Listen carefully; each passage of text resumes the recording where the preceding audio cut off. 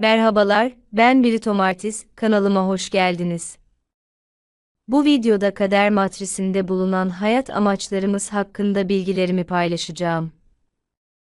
Kader matrisinde kişisel, sosyal, manevi ve çevresel olmak üzere 4 tane amaç bulunmaktadır. Bu videoda kişisel amaçlarının hesaplanması ve buradaki sayıların ne anlama geldiği hakkında bilgilerimi paylaşacağım. Eğer kanalıma yeni geldiyseniz açıklamalar kısmından diğer videoları da izlemenizi tavsiye ederim. Yeni videolar hakkında bildirim almak için kanalıma abone olmadıysanız abone olmayı unutmayın. Videomu beğendiyseniz beğen butonuna basmayı ihmal etmeyin. Video hakkında sorularınız ya da yorumlarınız var ise aşağıda yorumlarda belirtebilirsiniz. Destekleriniz her zaman benim videoları hazırlamam için bir motivasyon kaynağı oluyor. Daha fazla uzatmadan kader matrisindeki kişisel amacın hesaplanması hakkındaki bilgilere geçelim. Birinci amacımız olan kişisel amacımızı bulmak için kader matrisinde gökyüzü hattındaki ve yeryüzü hattındaki sayılara bakmak gerekir.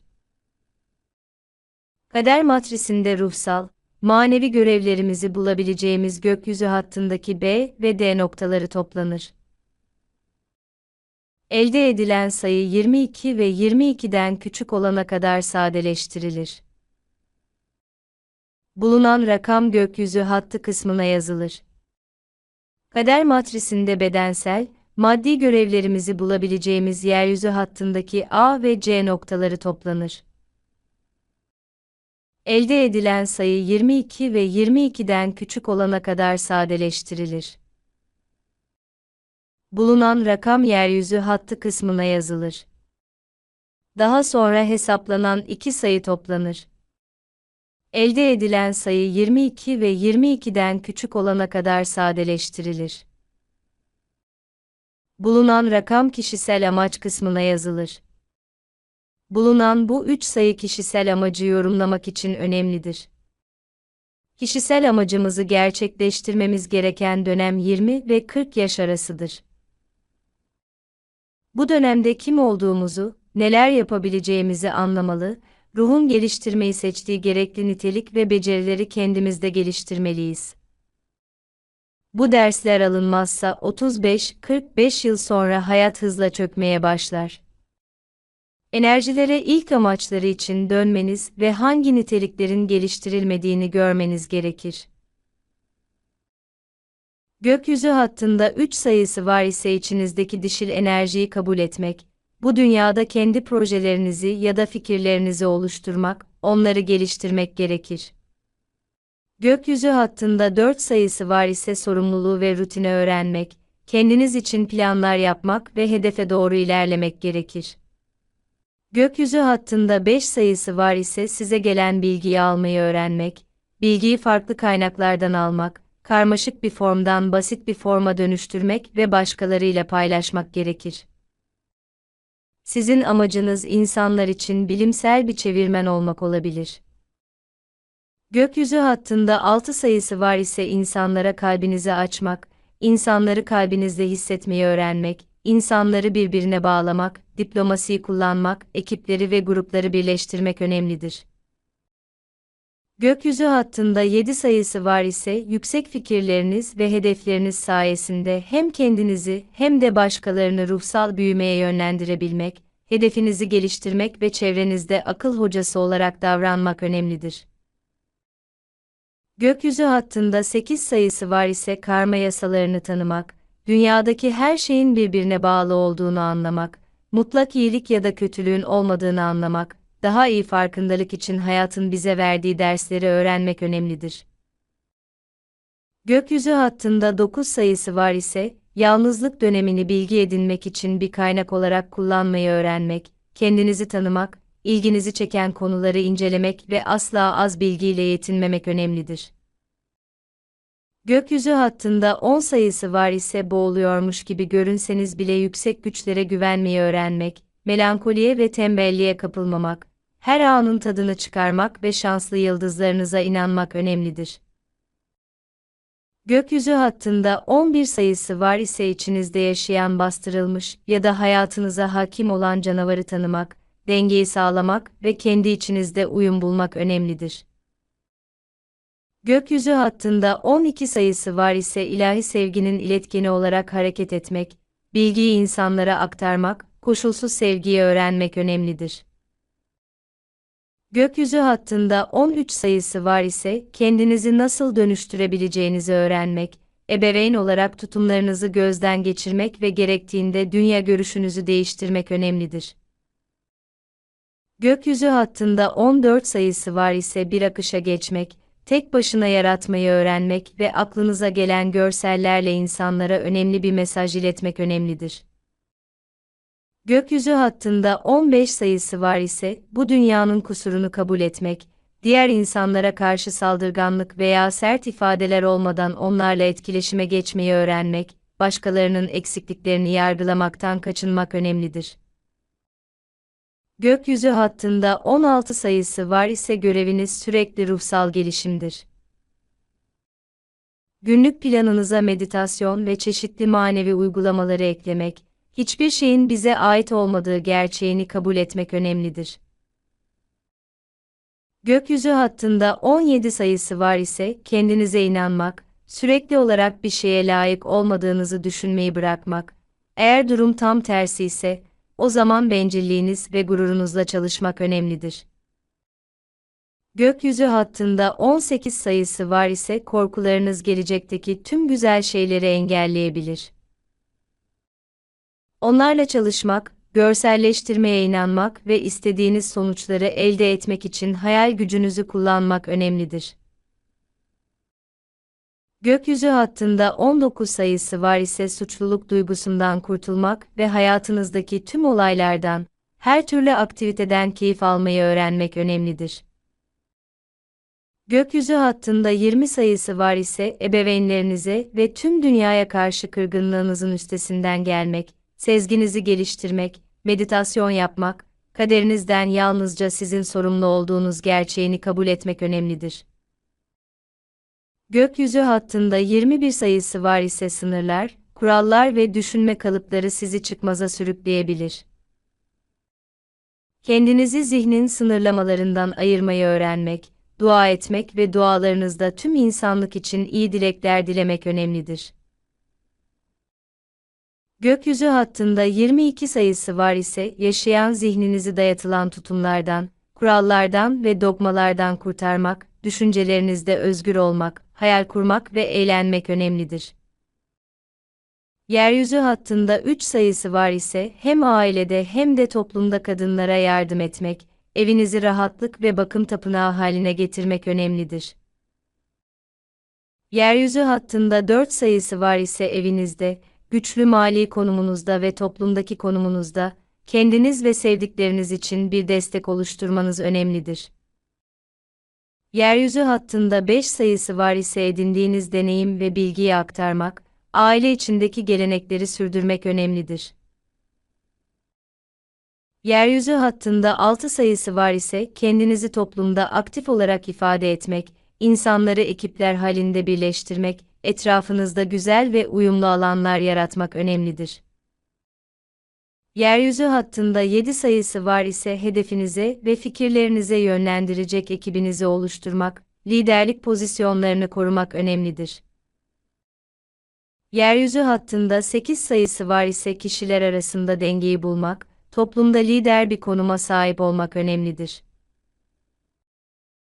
Yeryüzü hattında 9 sayısı var ise bir aile kurmak ve aile geleneğini sürdürmek, sahip olduğunuz bilgiyi aktarmak önemlidir. Yeryüzü hattında 10 sayısı var ise size neşe getiren kişileri ya da aktiviteleri bulmak, bir kişiyle ortak bir dil bulmak için hoş bir konuşmacı olmayı öğrenmek önemlidir. Yeryüzü hattında 11 sayısı var ise hayatınızı ve çevrenizdekilerin hayatlarını iradenizle hareket ettirmek, liderlik pozisyonlarını seçmek, kimsenin tamamlayamayacağı işleri üstlenmek önemlidir.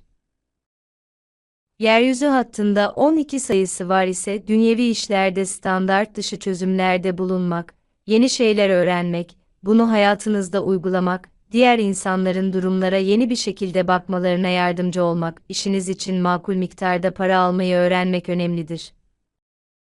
Yeryüzü hattında 13 sayısı var ise ihtiyaç duyulan yerde değişimi nasıl yaratacağınızı öğrenmek, bir temizleyici gibi davranarak gereksiz her şeyi ortadan kaldırmak ve süreçlerin yeniden başlamasına yardımcı olmak önemlidir.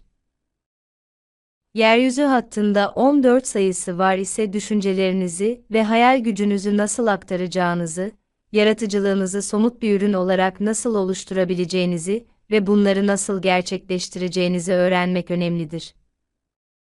Gerekirse yaratıcılığınızla ürettiğiniz ürünleri satmak ve tanıtmak için bir asistan kullanmak gerekebilir. Yeryüzü hattında 15 sayısı var ise hayatınızın her alanında dürüst bir şekilde bolluğa ulaşmak, liderlik pozisyonlarında bulunmak, insanlara örnek olarak nasıl para kazanılacağını öğretmek önemlidir. Yeryüzü hattında 16 sayısı var ise göreviniz kolay değildir. En acı tecrübeleri yaşamak ve en alttan başlayarak yenilenmiş olarak ortaya çıkmak, sonra bunu diğer insanlara öğretmek ve onlara örnek olmak önemlidir.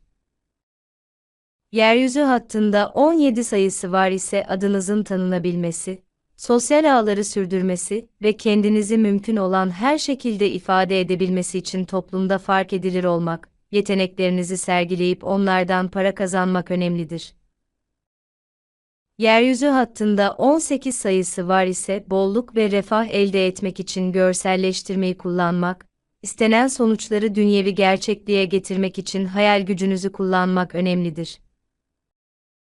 Yeryüzü hattında 19 sayısı var ise sosyal olarak aktif bir yaşam sürmek, hayırsever ve halka açık etkinliklere katılmak, liderlik pozisyonlarında bulunmak, büyük projeleri hayata geçirip iyi para kazanmak önemlidir. Yeryüzü hattında 20 sayısı var ise sistemin bir parçası olmak, büyük şirketlerde çalışmak, liderlik pozisyonlarına ulaşmak, soyu devam ettirmek ve aile geleneklerine uymak önemlidir. Yeryüzü hattında 21 sayısı var ise göreviniz insanları birleştirmek, uluslararası şirketlerde çalışmak, ürünlerin ve yaşamın çevre dostu olması ile ilgilenen şirketlerde çalışmak önemlidir. Yeryüzü hattında 22 sayısı var ise yeteneğinizi uygulayacağınız bir alan bulmak, iktidar yerlerine seyahat ve geziler yoluyla dünyayı anlamak önemlidir. Kişisel amaç sayısı 3 ise ebeveyn olmak, bilginizi, deneyimlerinizi ve yeteneklerinizi çocuklarınıza aktarmak önemlidir.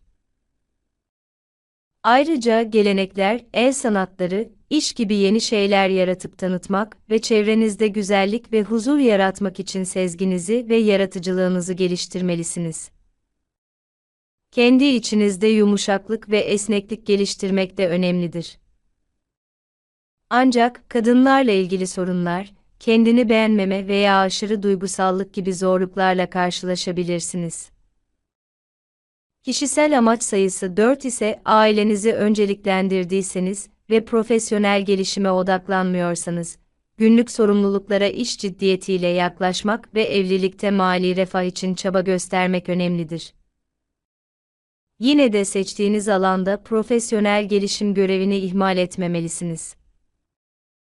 Kişisel amaç sayısı 5 ise bilimsel ya da ruhsal araştırmalara katılmak, bilginizi derinleştirmek ve iyi bir eğitim almak önemlidir. Bilginizi başkalarına aktardığınızda ve otorite olarak tanındığınızda güç kazanırsınız. Dinlemeyi, hitabet yeteneklerinizi geliştirmeyi ve karmaşık konuları basitçe açıklamayı öğrenmelisiniz. Başkalarının görüşlerine ve duygularına saygı göstermek ve onlara seçim yapma özgürlüğü tanımak da önemlidir. Aile geleneklerini koruyup, ahlak ve yasallığı taşımak sizin görevinizdir. Kişisel amaç sayısı 6 ise kendinizi sevmeyi, kalbinizi açmayı ve uyumlu ilişkiler kurmayı öğrenmelisiniz. Dünyanın güzelliğini hissetmek ve bununla dolup taşmak önemlidir. İnsanlarla ilişkiler kurarken sezgilerinizi kullanarak hızlı kararlar almalı ve seçimlerinizde tereddüt etmemelisiniz. Ailenize odaklanmak, onlara destek olmak ve bir çıkış noktası sağlamak da hayatınızda önem taşıyor. Kişisel amaç sayısı 7 ise aktif bir şekilde dinlenmek, araba kullanmak ve takım sporları yapmak önemlidir. Bedeninize rahatlık ve dinlenme sağlamayı öğrenmeli, ayrıca meditasyonu da hayatınıza katmalısınız. Hedefler belirleyip onlara ulaşmak için aktif çaba sarf etmek, liderlik yeteneklerinizi geliştirmek ve kendinize güvenmek sizin için önemlidir.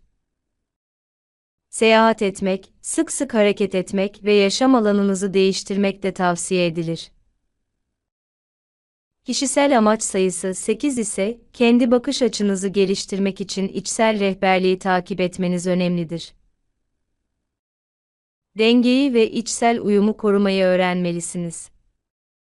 Kişisel gelişim için hayatınızdaki zorlukları onurlu bir şekilde aşmalı ve bunların size kattığı değeri kabul etmelisiniz. Dünyadaki her şeyin adil olduğunu anlamak, farkındalık geliştirmek ve şu anı yaşamayı öğrenmek önemlidir. Evrenin yasalarını inceleyip onlara uygun şekilde yaşamalısınız.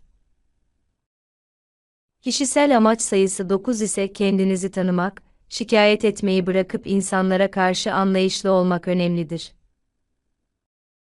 Ailenizin geleneklerine uygun olarak ruhsal gelişiminizi sürdürmelisiniz. Yaşlı insanlarla etkileşime geçmek, eski kültürleri ve ailenizin tarihini incelemek size hayatın anlamını bulmanızda yardımcı olacaktır. Başkalarının hatalarından ders alarak bilgelik geliştirmek, yalnızlıktan güç almak ve doğada zaman geçirmek önemlidir. Kişisel amaç sayısı 10 ise yüksek güçlere güvenmeyi ve sezgilerinizi dinlemeyi öğrenmelisiniz. Akışa karşı direnmek yerine, akışınızı hissetmeyi ve sosyalliğinizi kullanarak yeni bağlantılar kurmayı önemsemelisiniz. Rahat ve güvende hissettiğinizde, kaderin her şeyi en iyi şekilde ayarlayacağını bilmelisiniz. Parayla doğru bir ilişki kurmayı öğrenmek ve kendi işinizi kurmak önemlidir. Kişisel amaç sayısı 11 ise güçlü enerjinizi ve gücünüzü nazikçe ve dikkatli bir şekilde yönetmeyi öğrenmelisiniz. Başkalarına baskı yapmaktan kaçınmalı ve onlardan yapamayacakları şeyler talep etmemelisiniz. Cesaret, yiğitlik ve kahramanlık gibi duygularınızı geliştirmek önemlidir. Enerjinizi sevdiğiniz şeylerden ve pozitiflikten alırsınız. Sevdiğiniz işi yapmak veya yaptığınız işi sevmek büyük önem taşır. Başkalarının yapamayacağı bir şeyi başardığınızda duyduğunuz tatmin duygusu size güç verecektir. Kişisel amaç sayısı 12 ise sınırlar koymayı öğrenmek ve gereksiz fedakarlık yapmamak önemlidir. Kendinize dinlenmek ve yenilenmek için zaman ayırmalısınız. Gerektiğinde hayır demeyi öğrenmek ve kendinizi sevmek hayati önem taşır. Kendi fikirlerinizi ve vizyonunuzu savunmaktan korkmamalısınız. Yaratıcı fikirlerinizi hayata geçirmek, başkalarının ne düşündüğüne takılmadan hobilerinizi gerçekleştirmek önemlidir. Seyahat etmeye de özen göstermelisiniz. Kişisel amaç sayısı 13 ise içsel değişim arzusunu uyandırmak ve tüm korkulardan, özellikle ölüm korkusundan kurtulmak önemlidir. İnsanlara fedakarlık ve nezaketle hizmet etmeli, sürekli gelişmeye ve yeni hedefler peşinde koşmaya odaklanmalısınız. Hayatın her aşamasını kolayca geçmek, bir şeye fazla takılmamak ve koşulları değiştirmeyi öğrenmek önemlidir. Beden, zihin ve mekan düzeyinde hayatınızı düzenlemek ve modası geçmiş şeylerden kurtulmak da gereklidir. Kişisel amaç sayısı 14 ise içsel uyum, güzellik ve bütünlük hissine ulaşmak sizin için önemlidir. Zihin ve ruh arasında denge kurmak, yaratmak, iyileştirmek ve ruhla temas halinde yaşamak öncelikli olmalıdır. Sabır geliştirmek, manevi ilişkiler kurmayı öğrenmek ve ailenizin yararlarını gözeterek dengeli bir yaşam sürdürmek gereklidir. Zenginlik, ancak onu çok fazla arzulamadan ve azla yetinmeyi öğrenerek size gelecektir. Kişisel amaç sayısı 15 ise bir şeylerin özünü ve insanları derin sezgilerle anlamak önemlidir.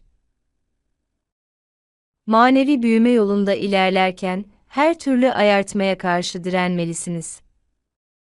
Size zarar veren insanları hayatınızdan çıkarmak, çatışmalardan kaçınmak ve dürüst olmak gereklidir. Fiziksel güç kullanmamak, alkolü aşırı tüketmemek ve karanlık güçlerden yardım istememek önemlidir. Aksi takdirde karanlık taraf sizi ele geçirebilir. Sözlerinize dikkat etmeli ve sevdiklerinize zarar verecek sözler sarf etmekten kaçınmalısınız. Kişisel amaç sayısı 16 ise amacınız, ruhsal uyanış yolunda ilerlemektir. Şu anda büyüyüp gelişiyor musunuz, yoksa rutinlerinize kapılıp hareketsiz mi kalıyorsunuz? Kendinizi geçmişin ağırlığından kurtarmalı, düşüncelerinizi değiştirmelisiniz. Değişimden korkmanıza gerek yoktur. Geçmişe ait şeyleri bırakmakta ne kadar hızlı olursanız, hayatınız o kadar iyileşir. Göreviniz, yaşamınızı yenilikçi ve gelecek vaat eden bir şekilde inşa etmek, modası geçmiş olandan uzaklaşmayı ve hayatınızı daha anlamlı bir hale getirmeyi öğrenmektir. Kişisel amaç sayısı 17 ise yeteneklerinizi, sanatınızı ve yaratıcılığınızı geliştirmeniz gereklidir. Kendinizi ifade etmeli ve yaratıcı çalışmalarınızı dünyaya sunmalısınız. Bu yaratıcı çabalar tüm insanlık için faydalı olmalıdır. Ayrıca dostça ilişkiler kurmak, başkalarının duygularını anlamak ve hem insanlara hem de doğaya hayran kalmak önemlidir. Kendinizi başkalarından üstün görmeden, çevrenizdeki güzellikleri takdir eden biri olarak yaşamınızı sürdürmelisiniz. Kişisel amaç sayısı 18 ise düşünceleriniz kolayca gerçeğe dönüşebilir. Bu nedenle, olumlu bir gerçeklik yaratmaya odaklanılmalıdır. Olayların neden-sonuç ilişkilerini göz önünde bulundurmak ve olumlu düşünmeye çalışmak, geçmişte veya gelecekte takılı kalmadan, anı yaşamaya özen göstermek, korkularınızı, şüphelerinizi ve belirsizliklerinizi aşmak, sezgilerinizi, yaratıcı yeteneklerinizi ve hayal gücünüzü geliştirmek için sıkça kullanmak, ev hayatında düzeni, huzuru ve aile ilişkilerindeki refahı sağlamak önemlidir. Kişisel amaç sayısı 19 ise gücünüzü serbest bırakmak ve içsel dünyanızı açmak, duygularınızı net bir şekilde ifade etmeyi öğrenmek, çevrenize neşe ve mutluluk getirmek, sıcak duygularla başkalarını ısıtmak, bilgelikle yardımcı olmak, akıllı, güvenilir ve adil bir lider olmak, sosyal aktivitelerden güç kazanmak, güneşin her yeri aydınlattığı gibi. Siz de geniş kitlelere fayda sağlayacak bir etki alanı yaratmak önemlidir. Kişisel amaç sayısı 20 ise aile bağlarını güçlendirmek ve aile ilişkilerini onarmak sizin için önemlidir. Ailenizden gelen ipuçlarını ve bilgi akışlarını hissetmeyi öğrenmek, bu bilgileri ustaca kullanarak aile içindeki olumsuz senaryoları ortadan kaldırmak, doğru değerleri koruyup aktarmak, aile zanaatlarını canlandırmak, aileyi bir araya getirmek, ailenin tarihine sahip çıkmak. Aile hafızasını yeniden inşa etmek ve aile geleneklerini sürdürmek sizin görevinizdir. Kişisel amaç sayısı 21 ise içinizde genişleme ve küreselleşme arzusu taşımalısınız. Bu yönde ilerlemek, manevi çekirdeğinizi güçlendirecek ve içsel gücünüzü ortaya çıkaracaktır. Dünyaya açılmak, seyahat etmek, geçmişe tutunmayı bırakmak, hoşgörü, nezaket ve yeni olan her şeye açık olmayı öğrenmek, muhafazakarlıkla ve duranlıkla mücadele etmek önemlidir. Kişisel amaç sayısı 22 ise hayatınızdaki hedefleri ve yönünüzü seçmek, özgürlüğü tüm hücrelerinizde hissetmek, kısıtlamalardan kurtulmak ve kendinizi geçmiş ile gelecek arasındaki karmaşadan arındırmak önemlidir.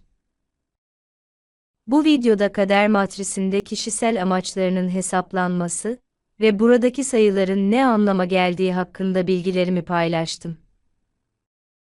Buraya kadar seyrettiğiniz için teşekkür ederim. Eğer videolar ve kanal ile ilgili önerileriniz, sorularınız, iyi ya da kötü olduğunu düşündüğünüz yönler var ise yorumlarda belirtirseniz sevinirim. Bir sonraki videoda buluşuncaya kadar kendinize çok iyi bakın, hoşça kalın.